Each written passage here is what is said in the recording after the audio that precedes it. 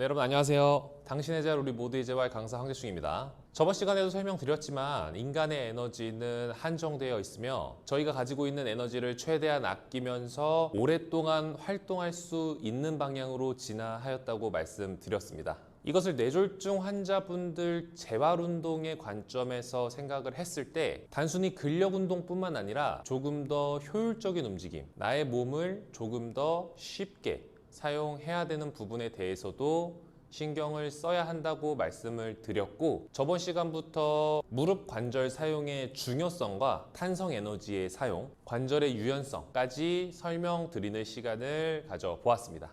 하지만 우리 몸에 이러한 기능적이고 효율적인 움직임에 대한 요소는 생각보다 너무나도 많아요. 제가 시간이 날 때마다 뇌졸중 환자분들의 교육 영상을 계속해서 업로드할 예정이지만 조금 더 자신에게 맞는 운동 방향에 대해서 궁금하시다면 언제든지 위 상단의 번호로 연락 주시면 상담해 드리도록 하겠습니다. 자, 이번 시간에는 제가 몇 주 전 실제 환자분 댁으로 찾아가서 무료 평가를 진행해 드렸는데요. 여러분들도 아시면 좋을 것 같다라는 내용이 있었기 때문에 그 부분을 말씀드리는 시간을 가져보도록 하겠습니다.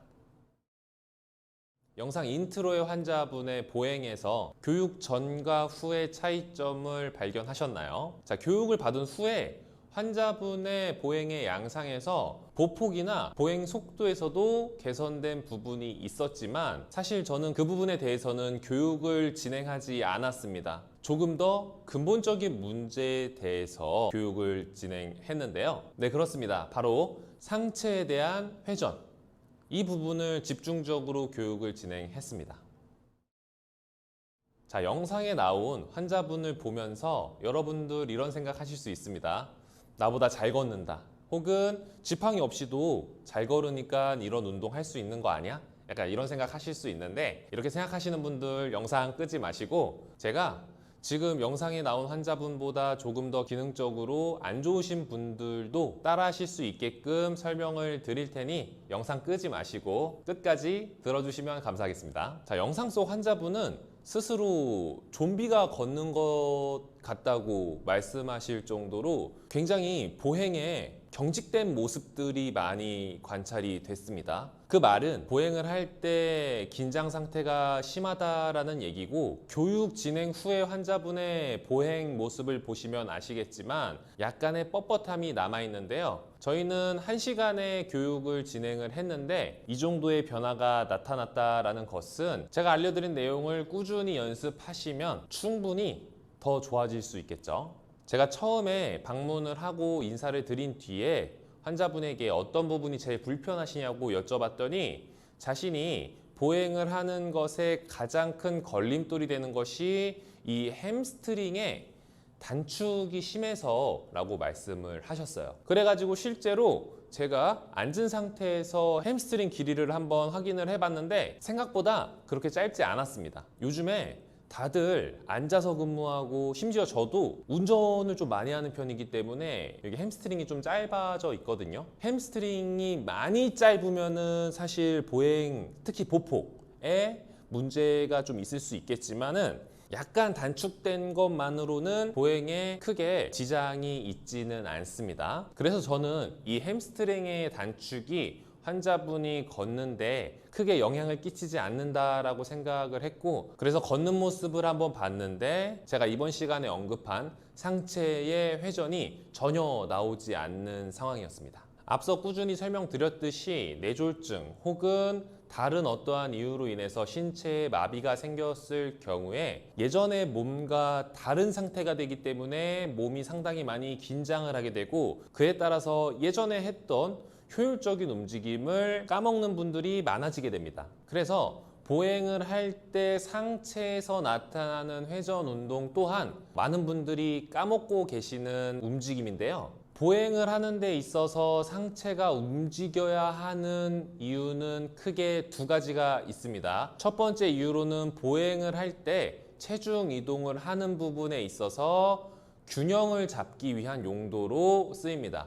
조금 더 깊게 설명을 드리자면 저희가 서 있는 상태에서 앞으로 나갈 때 체중 이동이 들어가잖아요. 저는 지금 여기 이제 왼쪽에 체중 이동을 하고 있는데 이때 몸까지 같이 체중 이동을 하게 되면은 무게 중심이 너무 왼쪽으로 쏠리게 돼요. 다리는 잘 들리는데 무게 중심이 너무 왼쪽으로 치우치기 때문에 당연히 왼쪽으로 넘어질 가능성이 높아집니다. 따라서 체중 이동을 하는 동시에 상체는 중심을 유지하기 위해 살짝 틀어지면서 일직선에 무게중심을 맞추게 되고 그에 따라서 조금 더 안정적으로 다리를 앞으로 나갈 수 있게 되는 겁니다. 자, 그리고 두 번째 이유로는 보행이라는 것은 다리를 앞으로 계속해서 나가줘야 되잖아요. 다리를 앞으로 차는 이 에너지를 조금 더 아끼기 위한 일종의 전략입니다. 이것도 마찬가지로 예를 들어 보면은 저희 축구공 차는 거를 예로 들면 아주 쉽게 이해하실 수 있습니다. 축구 선수가 공이 앞에 놓여 있고 공을 차야 되는데 이렇게 상체 안 움직이고 차는 거 본 적 있으세요? 없죠? 어떻게 합니까? 상체를 돌리면서 다시 축구공이 있으면은 상체 이렇게 해서 뚝 차는 사람 없잖아요. 그죠? 어떻게 해요? 축구공 앞에 있으면은 상체를 최대한 돌리면서 차게 되는데 상체를 돌려야만 조금 더 강력한 슈팅이 나오기 때문에 이러한 전략들이 내가 생각하지 않아도 사용이 된다는 것이겠죠. 걷는 것도 똑같습니다. 내가 상체를 가만히 있는 상태에서 다리를 앞으로 차는 것과 상체에 대한 회전이 나온 상태에서 차는 거하고는 차이가 나겠죠. 따라서 상체를 회전하면서 반대쪽 다리를 차는 것이 에너지 효율 측면에서는 더 좋기 때문에 이러한 방법들을 저희도 모르게 사용을 하고 있던 것이죠. 지금까지 제 설명을 들으면서 한 가지 의문점이 생기실 수 있는데요. 바로 이 팔입니다. 팔의 경직이 심하신 분들이 약간 이렇게 굽혀지잖아요. 그 상태에서 제가 지금 설명드린 것은 팔을 계속해서 이렇게 핀 상태에서 팔을 흔드는 걸로 착각하시는 분들이 계시는데 사실 경직이 심하신 분들이어도 그것은 전혀 중요하지가 않습니다. 제가 말씀드렸지만은 이거는 상체에 대한 회전이 가장 중심적인 얘기이고 팔에 대한 스윙은 어깨가 당연히 회전을 하니까 팔도 같이 움직이는 겁니다. 따라서 팔의 경직이 심해서 이렇게 굽혀지시는 분들도 충분히 저의 교육을 들으시면 도움이 되실 수 있을 겁니다. 자, 그래서 이러한 상체 회전에 대한 훈련 방법은 어떻게 되냐면요. 처음에 가장 기초적으로는 선 상태에서 진행하지 않고 앉은 상태에서 진행을 합니다. 이렇게 앉은 상태에서 내 팔과 반대쪽 다리를 교차하면서 움직여 주는 겁니다. 이런 식으로. 그래서 팔 기능이 좀 나오시는 분들은 양쪽 다 터치를 해주시면 너무 좋고요. 만약에 한쪽에 마비가 있으시기 때문에 팔의 움직임이 쉽지 않으신 분들은 반대쪽 무릎과 최대한 가깝게 가주는 거. 그래서 굳이 터치하지 않아도 어깨만 나가서 상체 움직임을 가져가실 수 있겠죠.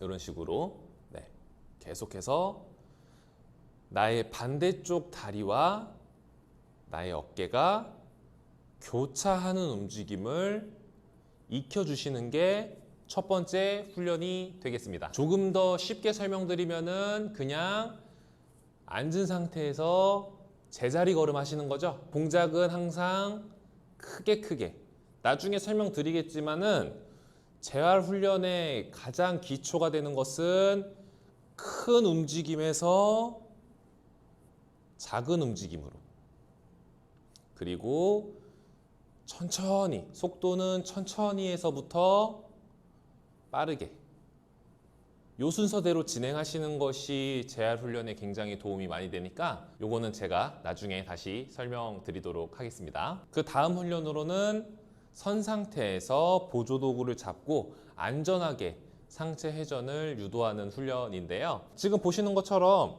이렇게 잡을 거 잡아주시고 이때 지팡이 말고 이렇게 조금 더 무거운 물체, 의자나 책상 혹은 벽, 손잡이 잡고 훈련해 주시는 게 처음에는 안정적입니다. 그래서 지팡이 잡고 훈련하시는 분들은 조금 더 무거운 보조도구를 먼저 사용하시고 그 다음에 진행해 주시는 게 좋겠습니다. 훈련 방법은 간단합니다. 지금 이 팔을 고정하고 있으니까 내 비마비 측 어깨는 사용할 수가 없어요. 그래서 마비 측 어깨만 사용하실 수가 있을 텐데 이때 보시게 되면은 다리를 앞으로 찹니다.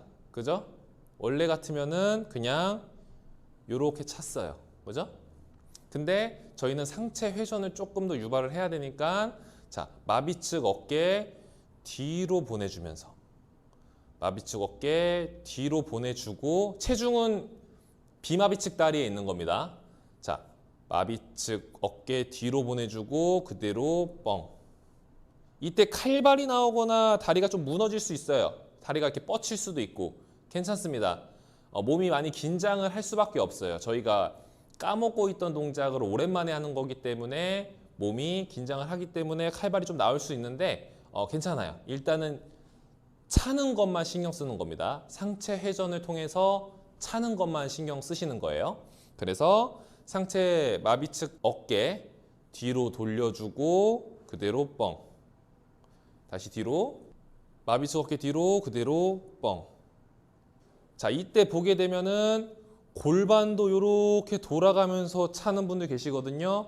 안 됩니다. 그래서 집중 잘 하셔야 돼요. 보게 되면은 상체는 뒤로 가고 골반은 앞으로 향하는 같은 방향의 상체와 골반이 반대 방향으로 움직이는 이 움직임을 여러분들이 느껴주셔야 되기 때문에 보조도구 단단히 잡고 체중 비마비 측 다리에 충분히 집어넣고 안정된 상태에서 어깨 뒤로 다리 앞으로 다시 어깨 뒤로 뻥.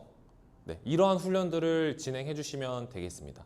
반대로 이제 체중 이동을 마비 측 다리에 조금이라도 하실 수 있게 되면은 반대쪽 다리도 연습하실 수 있겠죠. 그래서 마비 측 어깨 기준. 아까 전에는 뒤로 갈 때 마비 측 다리 나갔죠. 네, 이번에는 비마비 측 다리 앞으로 찰 때는 마비 측 어깨 어떻게 나가요? 네, 앞으로 돌리고 그 상태에서 뻥. 그죠? 다시. 이때는 과도하게 보조도구에 의지하셔도 괜찮습니다. 움직임만 저희가 익히시는 거기 때문에 근력적인 부분들은 제외. 움직임만 신경 쓰는 겁니다. 그래서 보조도구 단단하게 잡아도 괜찮아요. 이 상태에서 어깨만 나가주고 어깨 나간 상태에서 비마비 측 다리 앞으로 다시 돌아가지고 마비 측 어깨 나가고 비마비 측 다리 차주고 반대되는 움직임으로 나가야 됩니다. 오케이. 자, 이렇게 되면은 저희가 조금 더 같이 연습할 수도 있겠죠. 그래서 마비 측 어깨 뒤로 갈 때 마비 측 다리 차주고 다시 들어갔다가 마비 측 어깨 앞으로 나갈 때 비마비 측 다리 차주고 다시 뒤로 갔다가 다시 한 번 더 마비 측 어깨 뒤로 갈 때 마비 측 다리 차주고 다시 돌아갔다가 마비 측 어깨 앞으로 나가면은 비마비 측 다리 차주는 이러한 움직임을 계속해서 연습을 하셔야 되겠고 처음 하시는 분들은 어떻게 해요? 이거 익숙치 않으신 분들은 어떻게 나가요? 지금 같은 방향의 어깨와 골반이 같이 나가죠. 다시 어깨와 골반이 같이 나갑니다. 네, 이 움직임을 이제 없애줘야 돼요. 그래야지 효율적인 움직임이 나오기 때문에 여러분들 몸에 감겨있는 사슬들을 여러분 스스로가 끊어줘야 돼요. 그렇기 때문에 너무나 힘들고 어려우신 걸 제가 잘 알지만 그럼에도 불구하고 천천히 한번 곱씹으시면서 훈련 진행해 보시면 되겠습니다. 자, 이 두 가지 훈련은 어느 정도 진행하시고 나서 지팡이로 조금 걸으실 수 있는 분들은 이제 제가 알려드린 이 움직임을 걸으면서 실제로 한번 해보시는데 굉장히 어색할 거고 뭔가 걷는 것 같지 않으실 거예요. 많이 불편하실 거예요. 근데 하지만 운동이니까 하셔야 됩니다. 저는 지금 운동을 알려드리고 있는 겁니다. 제가 일상생활 할 때는 어떻게 하라 그랬어요? 그냥 편하게 걸으시면 됩니다. 그래서 세 번째 운동으로는 지팡이를 잡은 상태에서 상체 회전을 통해서 보행을 해볼 건데 지금부터 잘 들으세요. 지팡이를 비마비 측 팔로 잡고 있죠? 앞으로 걷게 되면은 지팡이가 앞으로 나가죠. 그 말은 팔을 앞으로 뻗는다라는 얘기가 되겠고 어깨가 살짝 돌아간다라는 얘기가 되겠습니다. 이때 그러면은 어느 쪽 다리가 나가면 편해요? 그렇습니다. 마비측 다리. 마비측 다리를 같이 앞으로 차주면은 조금 더 편하겠죠. 그죠? 그래서 이 부분은 하나, 둘, 셋, 하나, 둘, 셋 이렇게 걸으시는 분들은 이제 그거를 조금 깨주셔야 돼요. 조금 더 효율적인 움직임을 가져가기 위해서는 지팡이와 같이 그대로 마비측 다리 킥. 다시 지팡이 앞으로 나가니까 상체가 회전하니까 그에 반대되는 다리 그대로 킥. 그러면은 이제 이 비마비측 다리 나가줘야겠죠? 비마비측 다리 나가줘야 되니까 이 지팡이를 꾹 눌러서 나가잖아요. 이때 어깨가 뒤로 나가죠. 그러면은 마비측 어깨는 당연히 앞으로 나가게 되니까 그 상체의 힘으로 툭 나가주는 겁니다. 다시 지팡이 앞으로 나가잖아요. 그죠? 지팡이 앞으로 나갈 때 비마비측 어깨 앞으로 나가니까 그대로 마비측 다리 킥. 됐나요? 그 다음에 마찬가지로 지팡이 쪽에 힘 주면서 당기죠. 이 당기는 힘 주면은 비마비측 어깨 뒤로 향하고 마비측 어깨 반대로 앞으로 나갈 때 비마비측 다리 그대로 킥 나가는 겁니다. 운동을 굉장히 천천히 진행하셔야 될 겁니다. 제가 아까 전에 설명드렸지만은 재활 운동을 한다는 것은 가장 기초가 되는 것은 큰 움직임에서 작은 움직임으로, 큰 움직임에서 작은 움직임으로, 그리고 운동의 속도를 천천히 시작하고 그 다음에 빠르게. 그래서 운동의 속도를 천천히, 동작은 크게 진행하다가 어느 정도 익숙해지면은 움직임은 짧게, 속도는 빠르게. 이 순서대로 진행하셔야 여러분들 몸이 긴장하지 않고 서서히 적응하실 수 있을 겁니다. 오늘 알려드린 훈련은 환자분들 스스로 하시기에는 조금 무리가 있을 수 있습니다. 따라서 옆에 보호자분과 같이 시청하시고 같이 훈련을 조금씩 진행해 보시는 걸 추천드립니다. 이렇게 좀 어려운 움직임을 하시다 보면은 당연히 저희가 사고 위험에 노출이 또 될 수밖에 없으니까 꼭 보호자분과 같이 진행하시기를 당부드립니다. 끝으로 며칠 전에 저에게 전화 주셨던 분들 중에 굉장히 좋은 말씀 해주신 분이 한 분 계셨는데 성함은 밝힐 수는 없지만 감사하다는 말씀 전해드리면서 저는 다음 시간에 더 유익한 영상 들고 찾아뵙도록 하겠습니다. 감사합니다.